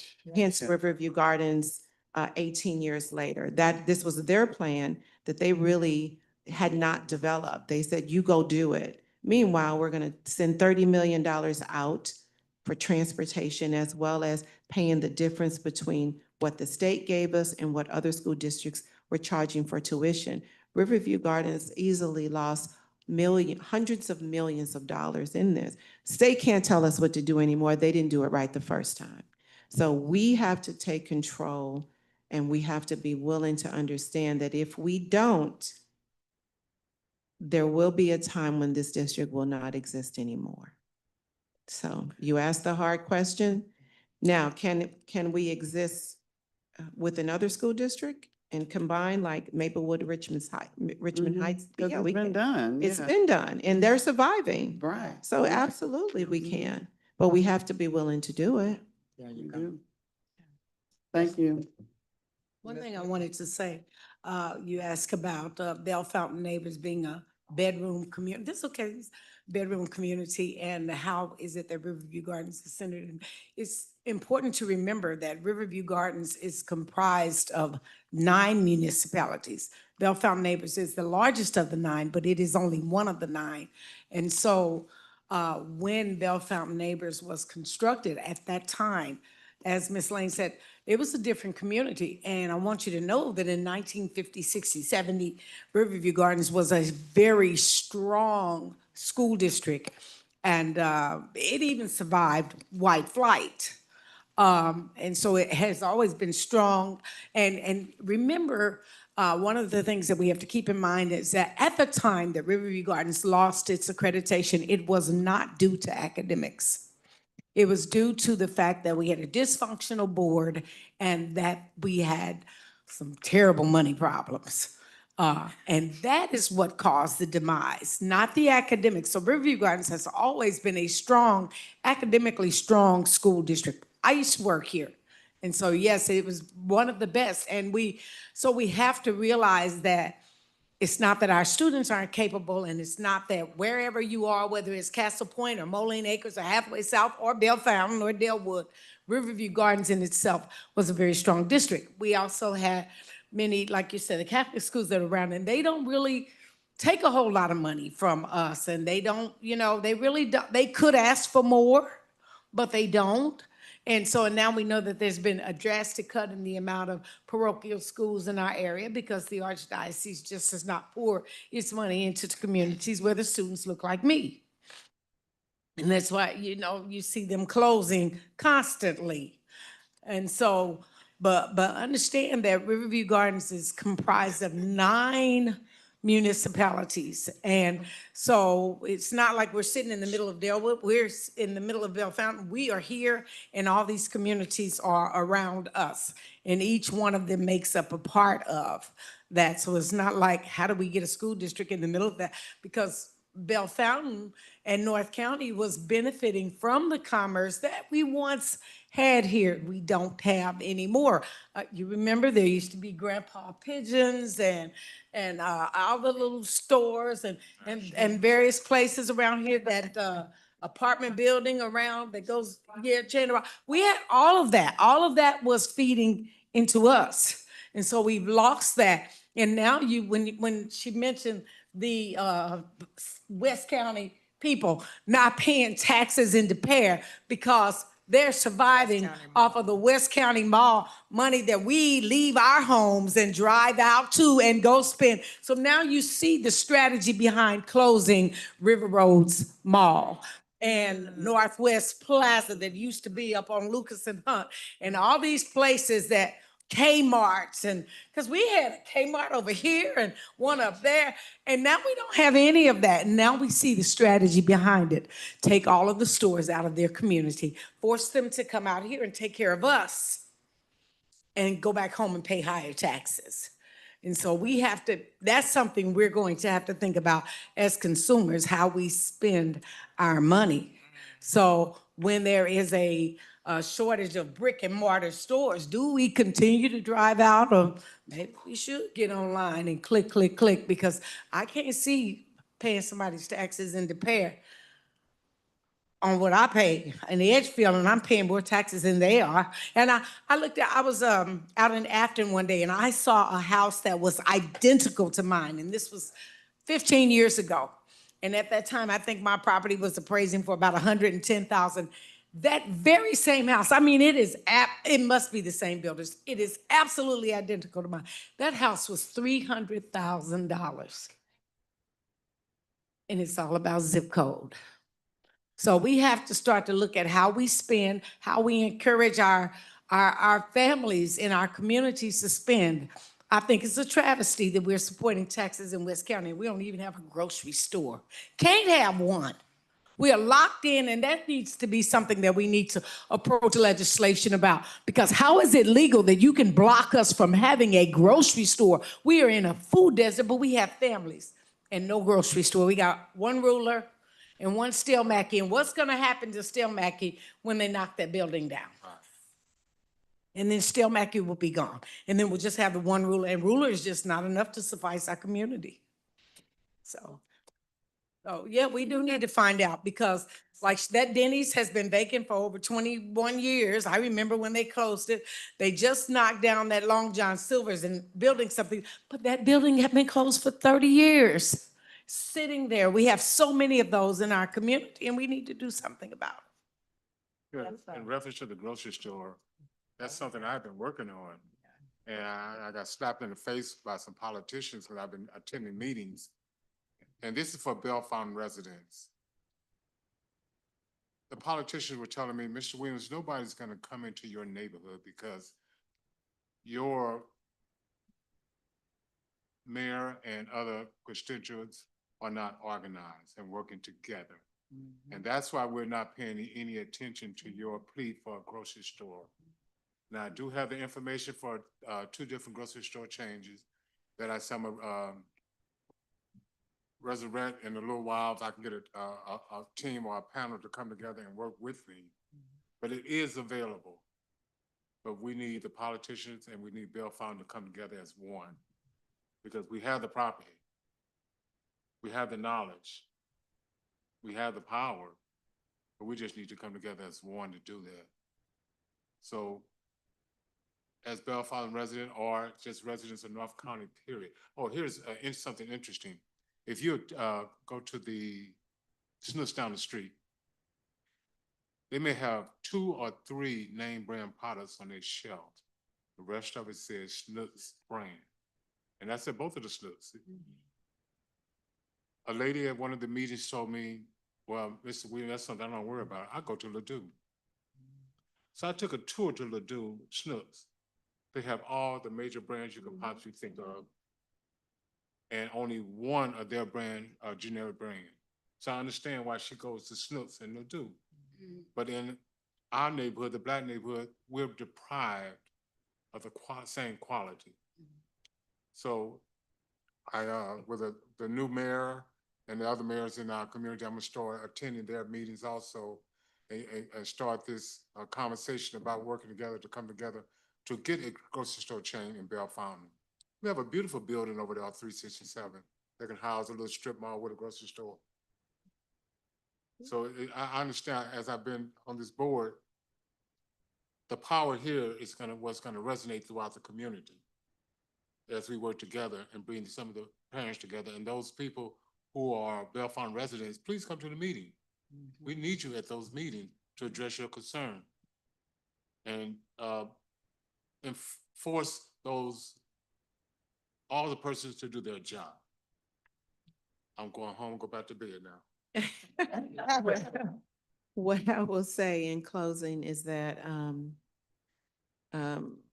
community, come to the table.